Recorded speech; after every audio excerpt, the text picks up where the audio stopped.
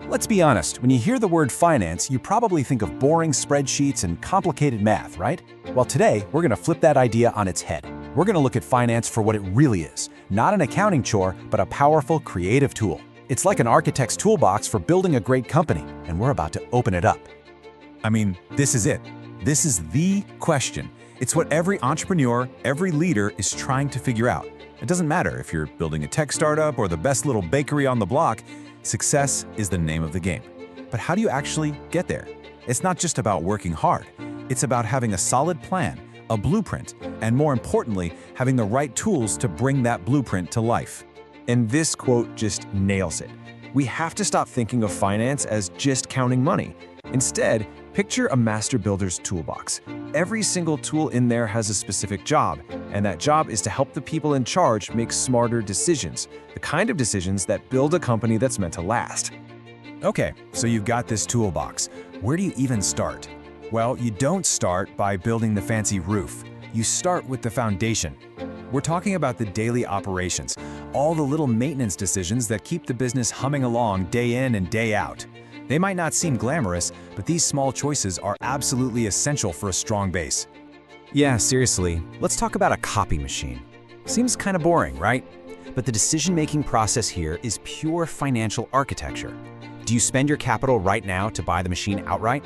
Or do you protect your cash flow by paying a smaller amount each month for a lease? See, neither choice is automatically right or wrong.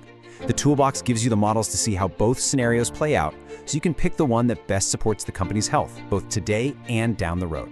But let's be clear, this toolbox is not just for fixing squeaky wheels, it's also for designing the skyscraper.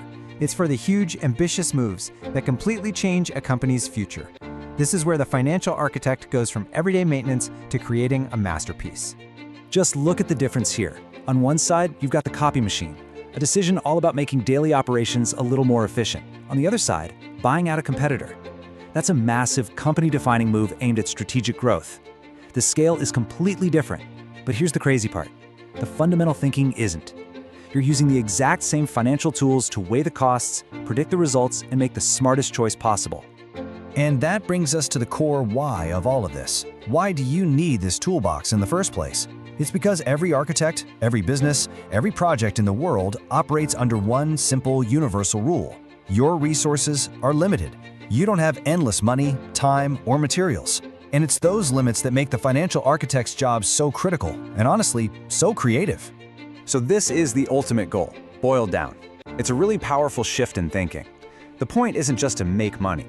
It's to generate the absolute most value from the resources you already have. Efficient use basically means no waste. Every dollar, every person, every hour of work is put in the right place to build the strongest company you possibly can. So what does this actually look like in practice? Well, it's a pretty straightforward three-step process.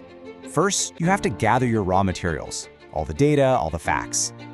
Then the architect gets to work.